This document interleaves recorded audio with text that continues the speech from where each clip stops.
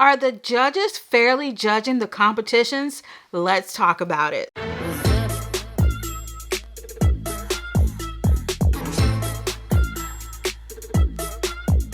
Hello everyone, Rochelle here, and I'm back to share some yarn goodness with y'all today.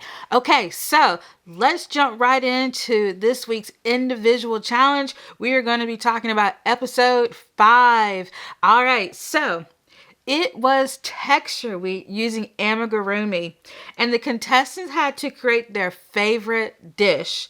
So the food had to look real, and the judges said that there could be no smiley faces in this dish. And it kind of makes me wonder, like, do the judges know what amigurumi is? Have they seen it? There's a ton of smiley faces when it comes to amigurumi, but that's neither here nor there. They wanted this food to look real as it can possibly be, but with no smiley faces, because this is serious amigurumi. Their words, not mine. But anyway, so they had to use either knit or crochet. And also when I talk about crochet stitches, I am referring to UK terms. Okay, and they had 12 hours for this challenge. All right, so let's jump right into our first contestant.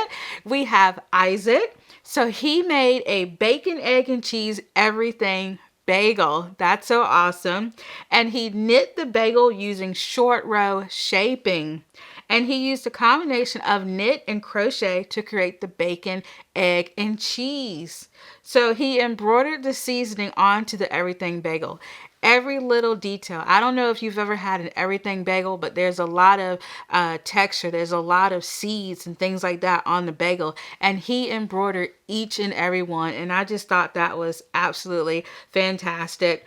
And also, what was so cool about his project is that he hid tiny magnets in his bagel so that the sandwich could pull apart and come back together.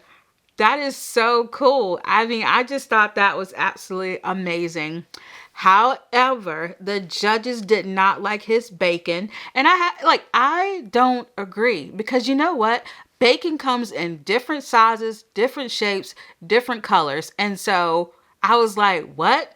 I mean, there's American bacon, there's Canadian bacon, turkey bacon, cured bacon, uncured bacon. There's all sorts of different bacons out there. And so I was like, what? But either way, I wasn't there. I wasn't looking at it face to face. But anyway, I just thought the bacon comment was not exactly the most fair, because bacon comes in all sorts of shapes and sizes. But Isaac did an amazing job. He just did so wonderful. I love the short row shaping that he used. I mean, just absolutely amazing. Next up, we have Ailsa, and she made a Sunday roast with roast beef, carrots, Yorkshire pudding, roast beef, and gravy, and roast potatoes and gravy. So I thought that was incredible. She crocheted everything except the potatoes. And the reason why she did not crochet the potatoes is by knitting the potatoes, it gave it a smoother texture. And the judges really appreciated that. The judges also liked her color gradient in terms of like the little gravy bowl that she made, pouring it into the dish. I just thought that was absolutely amazing. And yeah, the problem is though, the judges felt like her food was too perfect and that it didn't look real enough. I would say that her food to me looked more like play food, like you would have for your child or something like that, because it looked very perfect. It almost looked like toy food, which is amigurumi, but they said that it looked a little too perfect. So you know, once again, I won't there. But one thing about Ailsa is that she is a very precise type of knitter and crocheter. And so I wouldn't have expected anything different from her than what she created. Next up, we have Holger. So Holger created a seafood ramen with a base of broth for his udon noodles to sit on. And let me know, do you like udon noodles? I do. They're a little bit thick, but udon noodles are pretty good. So he used a mix of knitting and crochet. He made shrimp, seaweed, carrot flowers, fish cakes, a boiled egg, and sesame seeds. That's a lot of work that he put into this. And I just absolutely loved his creation. Just his imagination is amazing. And I love how he used wires to hold up the noodles. It was like a work of art. I mean, it was incredible. He had these floating chopsticks that was holding the noodles, and it just looked like something straight out of an art gallery. And so good job, Holger. Next up, we have Tracy. So she made seafood pasta, and she used double crochet for all the elements in her dish, which unfortunately came back to kind of bite her in the end, but she did use only double crochet. So the judges kind of felt like there wasn't enough stitch definition in her project, but she created a lot. So she made bow tie pasta, tomato sauce base, basil leaves, lobsters, prawns, cockles, and mussels. Whoa, a lot. And I had to look up like what in the world is a cockle, but apparently it is a mollusk. So I learned something new from watching this show. But the judges felt that her mussels could have been more colorful, so they didn't necessarily like that. And also they said that her bow tie pasta was out of proportion and too big. And one of the things that they said at the beginning of the challenge is that all the elements had to be proportional to the actual food. And so her bow ties were a little bit too big, but I thought they looked really nice though. They looked pretty realistic, but they were a little bit on the larger size. So Tracy said that that the judges' comments were fair, but she's sticking to her seafood pasta because she says that it looks like a big bowl of mess anyway. So she's like, I felt like it looked pretty realistic. Let's move on to our next person. We have Lydia. So Lydia made East London pie and 3 scoops of mashed potatoes with a liquor sauce. Quite fancy, and her food looked so good. And so she crocheted individual little peas. She crocheted them, and not only that, but she stuffed them. Can you imagine doing that? My hands would hurt so much, but she did it, and it looked amazing. The color was spot on. The shape was spot on. I just thought she did a fantastic job, and it was absolutely amazing. And so one thing I really like about how on this show is how honest a lot of the contestants are. And so I had made a video, my last video about this show was asking like, are the contestants annoyed with some of the competitions or some of the challenges? And Lydia said, crocheting and, knitting food is not her thing. She said, no, it is not for her, but she did it anyway, and I thought that was amazing, even though she did not think that making food was her thing. But the judges did criticize her mashed potatoes because she decided to crochet her mashed potatoes, and then she took a brush and she brushed it out. I thought that was an amazing technique. But what the judges didn't like was not only did the mashed potatoes not look smooth to them, also under the mashed potatoes, it was hollow. So they would have liked if she had put a bottom on the actual mashed potatoes. So, that was their critique there. Okay, so let's move on to Simon. All right, so Simon created a full English breakfast with hash browns, tomatoes, and sausages. And not only that, he also created eggs, mushroom, bacon, and beans, all using freeform crochet. Like, I just feel like freeform crochet is having its moment, and I like it. I like it a lot. One thing that he is really, it's almost like turning lemons into lemonade, because he confessed that he is not the strongest crocheter, but he is making the best of it. And I really appreciate that about Simon. So the judges loved the shape and the color of his bacon. And I have to admit, he did a fantastic job. He kind of had like a burnt end on the end, and then he had fat and marble going through the bacon. And I have to admit, like, he did really, really good on his, and just the individual little tomatoes and mushrooms, and I mean, just really tedious small work. And he did that. And also another thing is the judges felt that his food was all proportional. And I have to agree, like the little cherries, not cherries, the little tomatoes look proportional. The mushrooms look proportional. Everything that he put on his plate looked very proportional. He even had a sausage on the plate, and he just did a really, really good job. Okay, so let's talk about the team challenge. All right, so for this week's team challenge, the contestants were split into 3 teams of 2 to create 3 slouchy cardigans.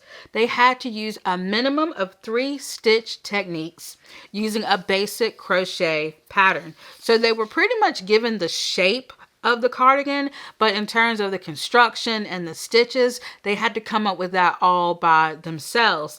And so the judges wanted precision and no mistakes. And I'm going to really emphasize that because that comes back later as a little controversy. They said precision and no mistakes. We'll get into it. And so the contestants had 10 hours for this challenge, and they had to use super chunky wool in 1 color only. So let's break down the teams. All right, so Team Cardi A was Tracy and Isaac. Team Cardi B were Holga and Ailsa, and Team Cardi C was Lydia and Simon. And I love the wordplay on the Cardi, so I thought that was pretty cool.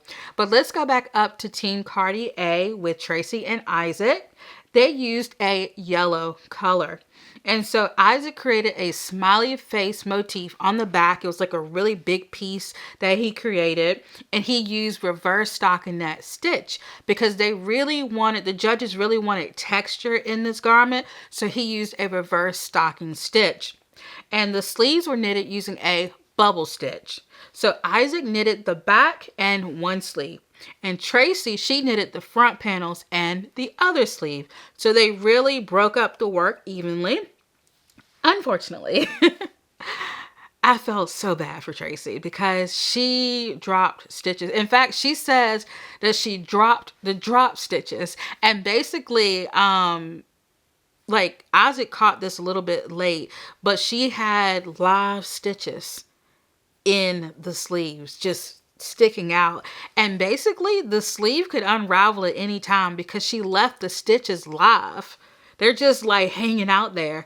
And so, ooh, that was bad. That was really bad. So not only did the judges kind of get on her for having pretty much a sleeve that could unravel at any time, but also they did not like Isaac's smiley face. And for whatever reason, the judges did not like smiley faces on this episode. Not in the team challenge, not in the individual challenge. No smiley faces allowed. So it was just not the week for that. But yeah, so they had a few mishaps there. And yeah, when I was looking at the final reveal for Tracy's sleeve, the live stitches were just sticking out, and they were easily able to just pull that apart. So I felt really bad about that. And in Tracy's, I'm going to get a little bit further into Tracy's interview later, and she'll kind of talk about, what was her thought process when she had those live stitches there. Okay, so next we have Team Cardi B, and we have Holga and Ailsa, and they chose a red color. So they constructed their cardigan in 2 pieces instead of 5. So all the other teams were constructing their cardigan in 5 pieces, but they decided to do 2. They decided to do 2 pieces. And basically they both knitted 1/2 of the cardigan so that the stitches would run horizontally and not vertically. So I thought that was a really good construction design or construction decision. And also Ailsa used a waffle stitch and a Scottish fleet stitch. I had never heard of that. Let me know if you have ever heard of a Scottish fleet stitch. So Holga used a seersucker stitch and a diamond Gansey stitch. Once again, I had never heard of those stitches. Let me know if you have, but they're very beautiful, well-defined stitches. So, like I said, I had never heard of any of these, but what was beautiful is that they made it all cohesive by having cable stitches running down the middle, running down that half where it was seamed at, and that really brought it all together. So not only did they do that, but also they had a beautiful little tassel as well. And so I thought that was a really nice little design feature. Okay, so here's where the controversy comes in. Holger, I don't know why I keep saying Holger accidentally stitched the sleeve on inside out. His half was inside out or outside in, depending on how you looked at it. But basically it was on backwards. They made a huge mistake, but unfortunately, the judges didn't see it that way, and that caused a little bit of controversy. But before I get into that, I do want to go to Team Cardi C with Lydia and Simon. So they went with a mossy green color. They knit the front and back panels using ripple cable stitches. And for the sleeve, they used a honeycomb stitch, which was beautiful. It showed a lot of texture. It kind of had like a beehive fabric. I thought it was really beautiful. And Lydia worked on the body while Simon knitted the sleeves. Okay, so here's how it all shaped out. In third place was Tracy and Isaac's design. Okay. In second place was Lydia and Simon's design, which means in first place was Holga and Ailsa.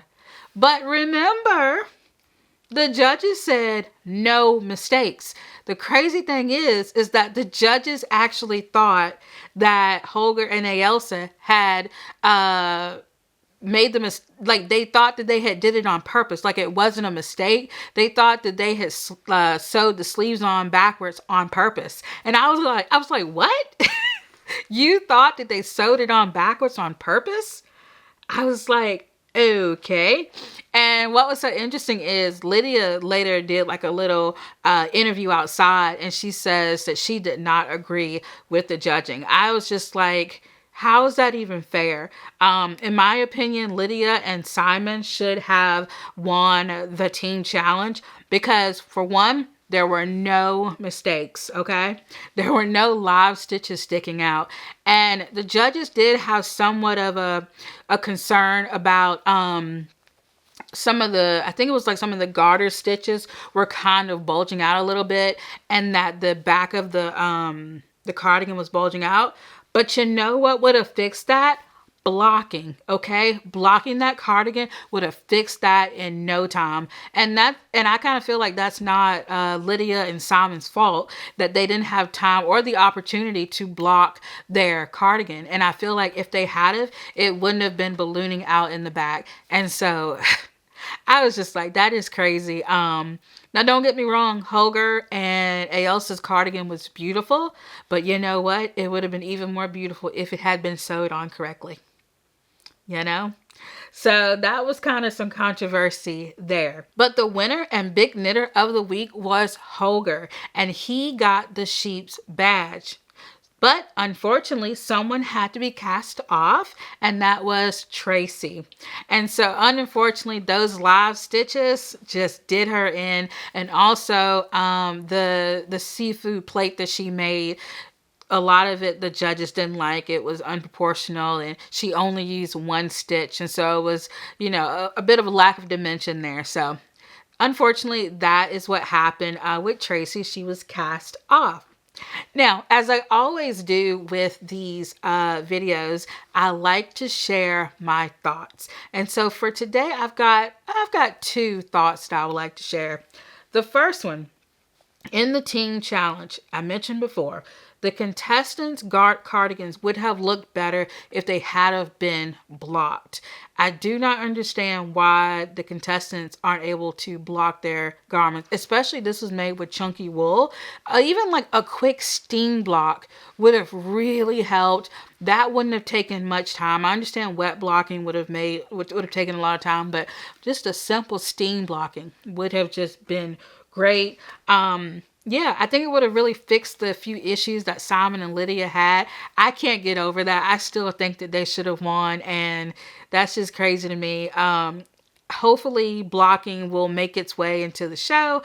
I think it will. Of course, I am a little behind in my episodes, so I think next week might just bring us the blocking that we've been looking for. Of course, I'll be making a video about that, but yeah, it's just, I don't feel like you can properly critique a garment for ballooning out if it hasn't been blocked yet. So I don't know. That was just kind of like my little pet peeve. But anyway, it's all good. And my second thought is the judges were adamant that there be no mistakes.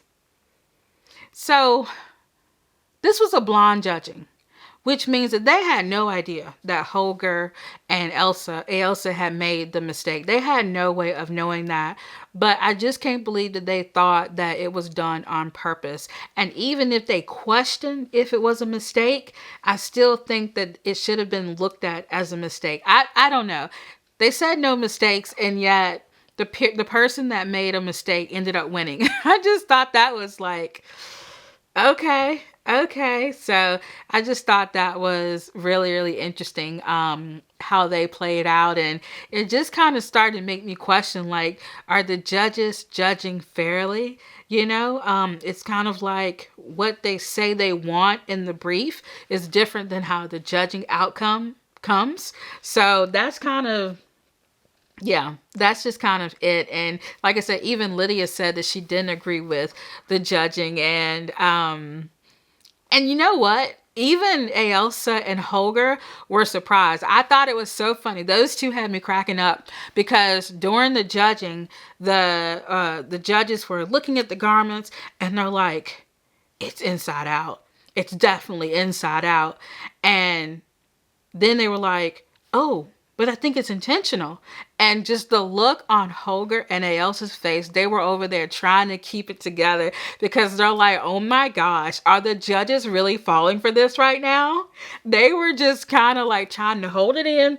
And I don't blame them. I would have been like, okay, if there's a chance I might win this thing, I'm keeping my mouth shut. But they were over there trying to hold it back the best they could because they could not believe the judges were falling for this. They could not believe it. And so kudos to them for keeping a straight face because I don't know if I could have. They did the best they could. But yeah, those are just kind of my thoughts. If you watched episode 4, no, what are we on right now? We are on episode 5. Yes. If you watch episode 5, let me know your thoughts. What did you think about the judging for this week?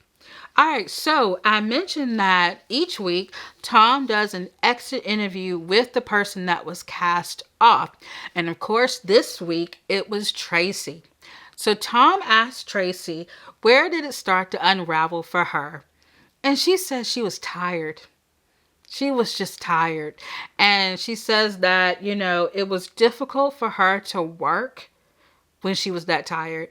And I just think the long hours, the 10-hour challenges, the 12-hour challenges, it was just a lot of back and forth. It was just a lot.